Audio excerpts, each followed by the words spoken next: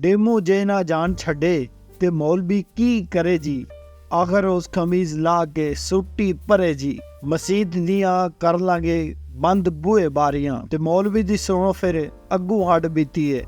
मिजाइया नज़मे एक मरासियां दा घर सी, वो मस्जिद दे बिल्कुल कोल सी, यानी मस्जिद दी मरासियां दी दीवार दी विचों एक सी। ते जदों भी अजान नानी उन मरासियां ने सुनी, पर वो नमाज पढ़न नहीं जाते सी ते उन्होंने नमाज दा मैसेज किवें जांदा है। एक पंजाबी दी मिजाइया जी नज़म है, तुसी इहनूं सुन के बहुत बड़ा इंजॉय करोगे। इस वीडियो ਨੂੰ ਸ਼ੁਰੂ ਕਰਨ ਤੋਂ ਪਹਿਲੇ अगर तुसी मेरे चैनल ते नवे हो तो इनू सबसक्राइब कर लो। चलने असी अज दी वीडियो वाले। मसीत दे कोल एक मरासिया दा घर सी, नमाज वालों पूरा टब्बर बड़ा ही अनबोल सी। सारी रात गोदरे ने सुरा ला ला के सहरी आउंदी उस वेले सौ जांदे जाके सी। नमाज दा जरा जिहा उन्हां नूं ना ख्याल सी। चार बंदे गबरू ते एक उन्हां दा बाल सी।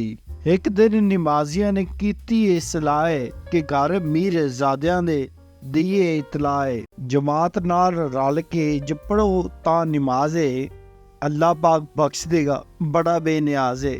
नमाजियां ने उन्हां नूं कीता बड़ा मजबूर है, अज नहीं कल असीं पढ़ांगे जरूर है। दूजे दिन फिर कोई आया ना मिरासी है, पर छड्डी ना नमाजियां ने उन्हां दी खलासी है। तीजे दिन फिर बंदे के उन्हां तीते, जरूर कल पढ़ांगे पत्थर उत्ते लिख जे। नमाजी भी उत्थे फिर हर रोज़ पांदे रहे। नमाजियां नूं ओह भी गुलारे लप्पे लांदे रहे।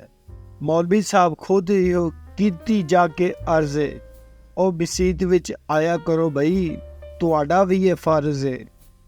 सवाब दा ये काम है, गल नहीं है कोई तड़ी दी। अगू वो कहते सानू पता ही नहीं नमाज किवें पढ़े दी। दस देता मौलवी जी सारा तुहानू राज है, पता ही नहीं किनू आखदे ने नमाज है। हो गया हैरान मुला, सुन गया गल है, कहन लगा मुला इंदा भी एक हाल है। कल सुबह आ जाना करके तैयारियां, मसीत दियां कर लांगे बंद बूहे बारियां। चले गए मसीत विचों नमाजी जदों सारे जी, तुहाडे लई जमात मैं करावांगा दुआरे जी। कहन लगे मौलवी जी किड्डी सोहनी गल है, सानू जमात नाल पढ़न दा आज असी भी वाले। हथ रख गोडियां दे की किवें करना है, किवें जाके डिगना है, किवें मुंह भरने।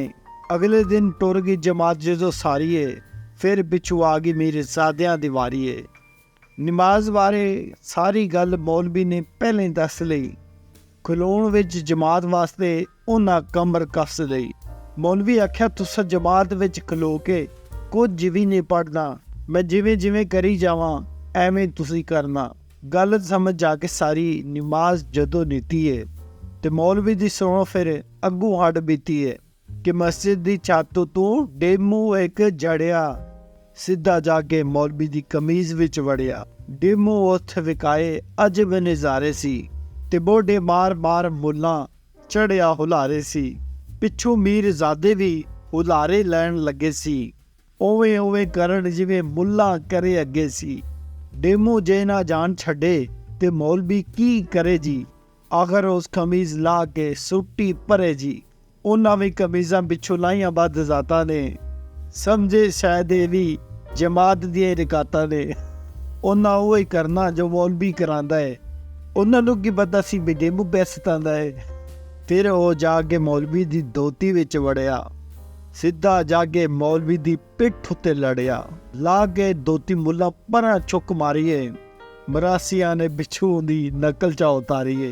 ला के सबड़ा ने सुट दित्तियां धोतियां, सीत विच केड़ियां ने कुड़ियां खलोतियां। आखिर मसीतों बाहर मुला तोड़िया, मार के उडारियां। मिरासियां वे पिछे पिछे बन लिया तारियां। नंगा वेख मौलवी नूं एक बंदे ने फड़िया, रख के तमाचा ओदे मुंह ते जड़िया।